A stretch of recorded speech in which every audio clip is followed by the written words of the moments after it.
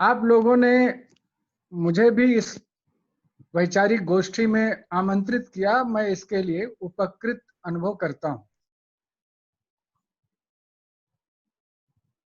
वैसे हम लोग जो साहित्य के लोग हैं, प्रायः ऐसे मौकों पर इन सब प्रश्नों पर सोचने के लिए मजबूर भी हो जाते हैं, क्योंकि यह एक वैश्विक विपत्ति है जिसको अपने यहाँ लोक विपत्ति भी कहते हैं। और ऐसी लोक विपत्तियां कोई पहली बार नहीं आई हैं, आती ही रही। और समाज ने हमेशा इनका सामना भी किया है। समाज में जो संघर्ष की ताकत है, चुनौतियों को झेलने की जो ताकत है, जीवन के संघर्षों में उतर करके जीवन से मुठभेड़ करने की जो ताकत है, वो हमेशा बनी रही है और सामूहिकता में वो ताकत और बढ़ जाती है। मुझे इस बात की बहुत खुशी है कि आज भी हम सब लोग सामूहिक तौर पर अलग अलग जगहों पर बैठे हुए किसी एक ऐसे मुद्दे पर विचार कर रहे हैं जो मुद्दा हमारे देश का तो है ही, हमारे स्थानीय भूगोल का भी है और वैश्विक भूगोल का भी।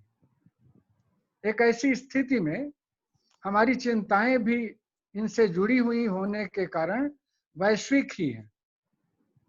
वो ग्लोबल चिंताएं ही हैं, लेकिन ग्लोबल बगैर लोकल के बेकार है, अर्थहीन है। और उस स्थिति में मैं कहना चाहता हूं कि ये जो हमारी चिंता है, वो हमारे देश से, हमारे समाज से, हमारे स्थानीय समाज से भी जुड़ी हुई है। जिस समय में हम इस महामारी से निपटने की कोशिश कर रहे हैं, वो समय भी बड़ा विचित्र है। आज मैंने कई पत्रकारों को पढ़ा और उनके बयानों को देखा, उनकी चिंताओं को देखा। अपने साहित्यिक और लेखक मित्रों को भी मैं सुन रहा था, प्राचार्यों को भी सुन रहा था, उन बौद्धिकों को भी सुन रहा था जिन्होंने अपना योगदान इसमें किया।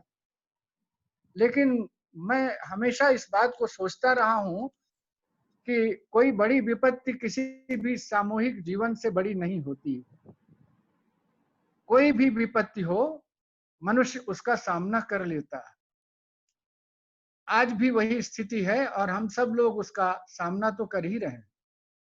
लेकिन मैं आप लोगों से आज जो कुछ चंद बातें करना चाहता हूं, उनमें से पहली बात यह है कि सबसे पहले बनता तो आदमियों का समूह है और जिसे हम समाज कहते हैं। वही समाज मिलजुल कर अपना एक राष्ट्र बनाता है और उस राष्ट्र को चलाने वाली एक सत्ता भी होती है, जिसको बताने का मतलब सिर्फ यह है कि मैं आपको कुछ नया ज्ञान नहीं दे रहा हूं, बल्कि याद दिला रहा हूं। और उस याद दिलाने का कारण यह है कि जो हमारा समय है, जिसको हम सत्ता समय कह सकते हैं, उसको लेकर भी हम चिंतित हैं। और उसका कारण यह है कि निरंतर केवल मैं अकेला ही नहीं, आप सब लोग भी बहुत सारी बातें हमारे सत्ताधीशों की सुन रहे होंगे और उनकी भाषा में, उनके तेवर में भी हम पकड़ रहे होंगे कि उनकी असली चिंता इस महामारी को और मानव समाज को लेकर है, या अपनी सत्ता को लेकर और उसकी बढ़ोतरी और स्थापना और प्रतिष्ठा को लेकर के। वस्तुतः जो समाज है जिसको हम मानते हैं, उसकी बुनियाद तो मुख्यतः दो ही तीन वर्गों पर टिकी हुई रहती है। अगर वो समाज न हो तो शायद कोई भी राष्ट्र और कोई भी देश खड़ा नहीं हो सकता। ये इसमें कोई दो मत नहीं कि कोई भी राष्ट्र और समाज, अगर उसका उत्पादक वर्ग जो है उपेक्षित हो, उस उत्पादक वर्ग को उसकी संपूर्ण या भरपूर नागरिकता प्राप्त न हो, उस उत्पादक वर्ग को मनुष्य कम और मजदूर या मजदूर से भी बदतर अधिक समझा जाए, तो वैसी स्थितियों में ये बड़ा कठिन हो जाता है कि हम किसी महामारी से या किसी ऐसी वैश्विक विपत्ति से निपट पाएं। वस्तुतः मैंने अभी कुछ दिन पहले भी एक फेसबुक पर भी डिस्पैच डाला था कि राष्ट्र का निर्माण कौन करता है।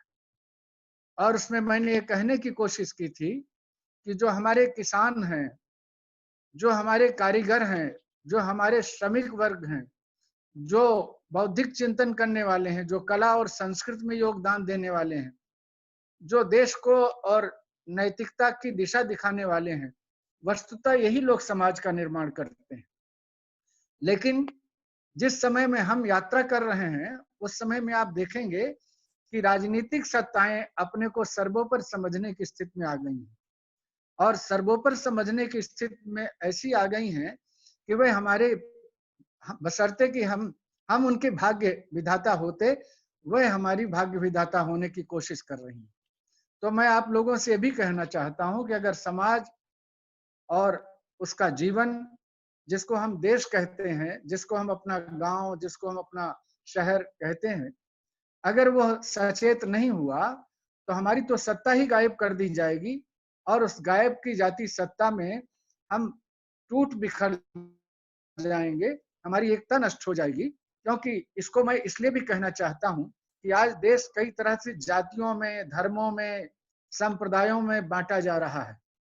और इसलिए बांटा जा रहा है कि जिससे हम टूट बिखर जाएं, हमारी एकता जो है नष्ट हो जाए। वैसी स्थिति में आज हमको फिर से विचार करने की जरूरत है कि ऐसी लोक विपत्तियों से निपटने के लिए एकता की जरूरत है या बिखराव की जरूरत है। किसी एक को सबसे बड़ा अपराधी मानकर उसको एक प्रकार से दंडित करने की जरूरत है, या लोक विपत्ति जब आती है तब उसमें सबको एक मत हो करके, सहमत हो करके उस दिशा में चलने की जरूरत है जिससे उस बीमारी से हम निपट सकें। तो मैं कहना ये चाहता हूं कि आप लोगों की चिंताएं जो मैंने सुनी और देखी, जैसे मैंने दो विद्वानों को तो सुना ही, सूरज थापा को भी सुना मैंने, और सिंह साहब को भी मैं कुछ सुन रहा था, पूरा तो सुनने में मुझे नहीं आया क्योंकि उनकी आवाज पूरी तरह से साफ सुथरी हम लोगों तक पहुंच नहीं रही। लेकिन मैं ये कहना चाहता हूं कि ऐसी स्थिति में साहित्य का काम क्या है, साहित्य की भूमिका क्या है, इसको समझाने की जरूरत नहीं है कि साहित्य जो है वह मनुष्य की सबसे संवेदनात्मक सृष्टि है।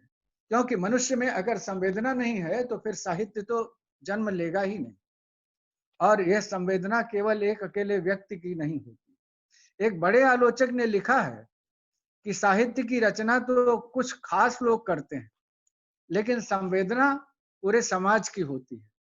इसलिए सामूहिक संवेदना की जो अभिव्यक्ति है उसको जो करता है उसे साहित्य कहते हैं।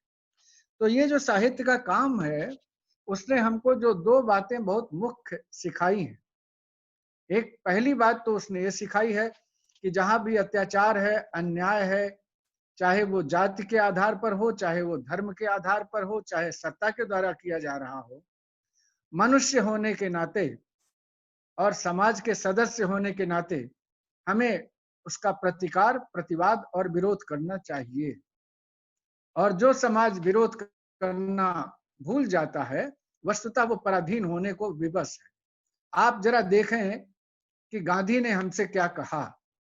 गांधी ने कहा कि अत्याचार करने वाला उतना बड़ा अपराधी नहीं है जितना बड़ा अपराधी वो है जो अत्याचार बर्दाश्त करता है। इसलिए समाज को जो चुप्पी साधे हुए बैठा रहता है कि ये साहब हमारे लिए नहीं कहा जा रहा, किसी और के लिए कहा जा रहा है, ये हमारे लिए नहीं सोचा जा रहा, किसी और के लिए सोचा जा रहा है, इसमें हमारा कोई अहित नहीं होगा, हमारे पड़ोसी का होगा। जब ये मानसिकता पैदा हो जाती है तब साहित्य की बहुत जरूरत होती है।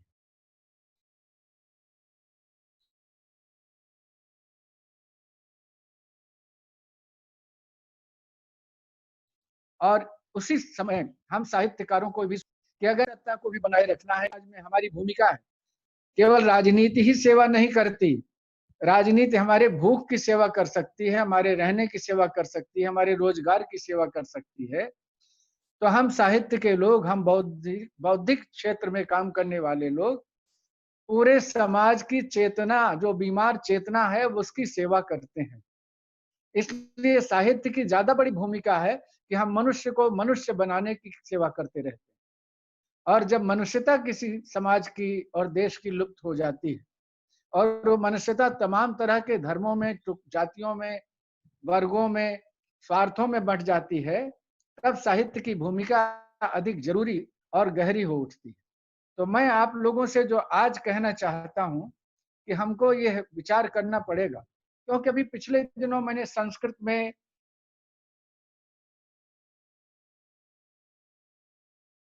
हिंदी में, बांग्ला में, नेपाली में, उर्दू में ढेर सुनी और पढ़ा की गई।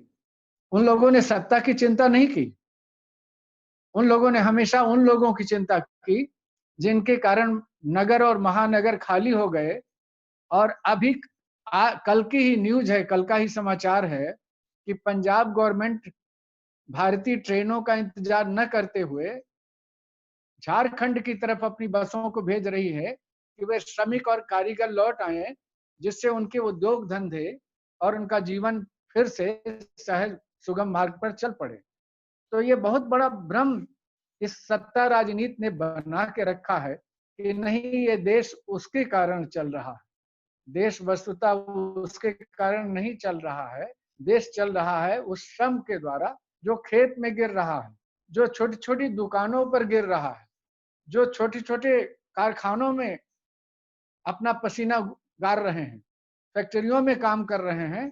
देश तो उनके बल पर चल रहा है, जो मशीन बनाता है, जो तरह तरह के उद्योग धंधे विकसित करता है।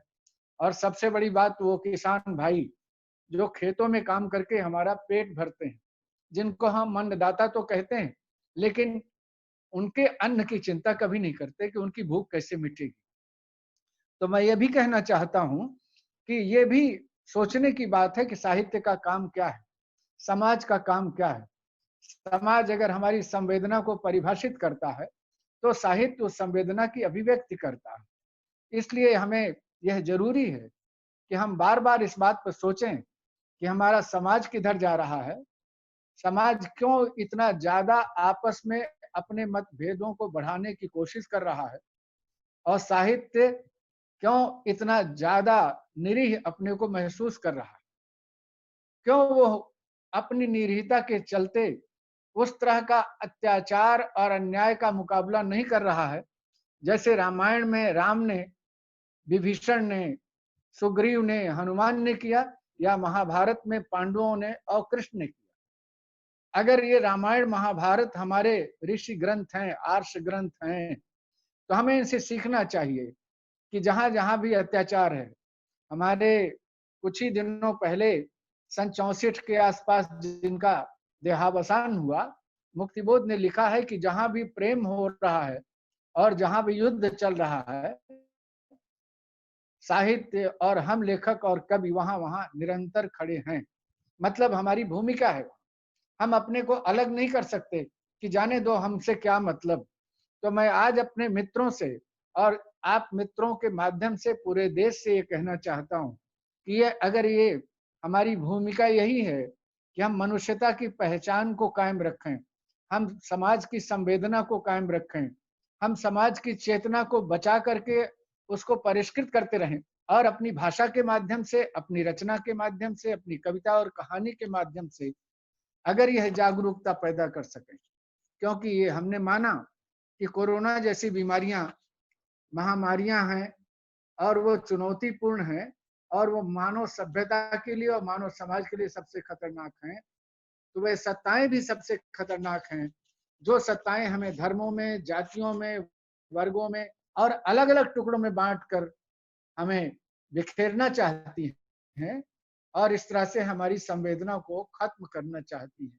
क्योंकि जब लोगों का संसार अलग हो जाएगा तो उनकी संवेदनाएं भी अलग हो जाएंगी, और जब संवेदनाएं अलग हो जाएंगी तो साहित्य भी अलग अलग संवेदनाओं को लेकर के, अलग अलग सत्य को लेकर के लड़ेगा।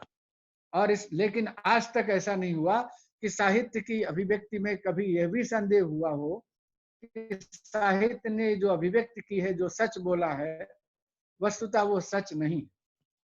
ये हम राजनीति के बारे में कह सकते हैं, हम उस बिकी हुई पत्रकारिता के बारे में कह सकते हैं, मीडिया चैनलों के बारे में कह सकते हैं, लेकिन सौभाग्य से आज तक ऐसा कभी नहीं हुआ कि किसी ने ये कहने की हिम्मत की हो कि साहब हमारे साहित्यकारों ने भी झूठ कहा, वह भी झूठ बोलने पर आमादा हो गए।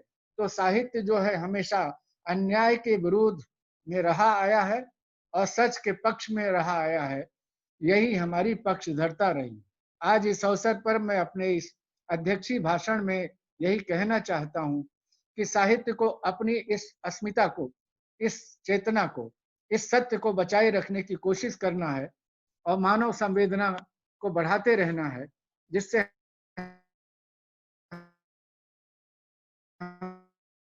हमारे भीतर करुणा, प्रेम, क्षमा और दया पनपती रहे, अपने देश समाज सके।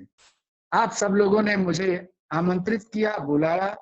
मैं खास तौर से केएनआई के संस्था प्राचार्य राधेश्याम सिंह जी, प्रतिमा जी और अन्य मित्रों का बहुत आभारी हूँ कि उन्होंने आप लोगों के साथ मुझे भी अपनी आहुति समर्पित करने का अवसर दिया।